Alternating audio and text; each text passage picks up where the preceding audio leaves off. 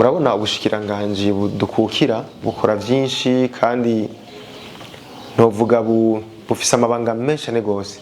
Twebwe rero duhari nk'amashirahamwe kugira ngo tuze turasahiriza dufashanye kugira ngo akaranga k'igihugu kabandanye gasasagara. Murabizi muri akaranga entertainment dusanzwe turongoye ni naco kintu turiko turagerageza kugira ngo turabe ukungene hogaragara inyungu n'iteka ku munyakaranga, kugira ngo umunyakaranga ari wese yitavye higanwa canke yitavye igiteramo ashobora kubona inyungu iboneka igaragara kandi aronke n'iteka rimukwiye.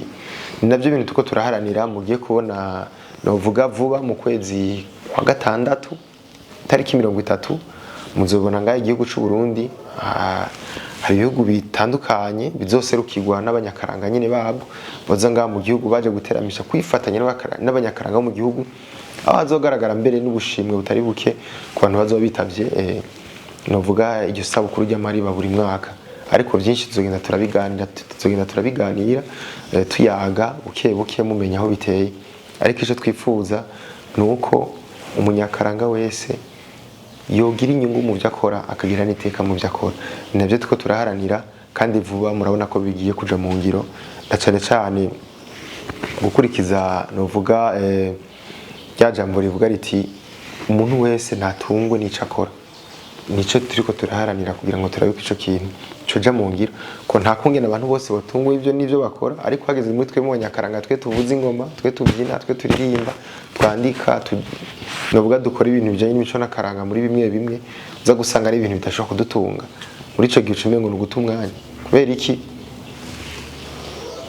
ejo nta bandi bazobikora, ntahandi bazobikora mu gihe babona yuko mu isi no munsi umuntu ashira umwanya wiwe mu kintu akuramwo uburyo.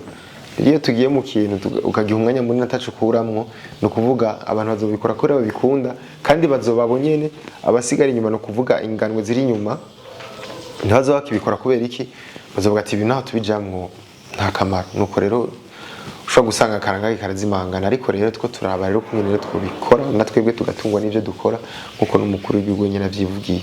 Rero muri ico gihe rero dukurikirana bose nuko twatera kamo ya tariki ya 30 z'ukwa gatandatu no mwaka turimo w'2023 bazokwishikira barabe intambwe abanyakaranga tugezeko.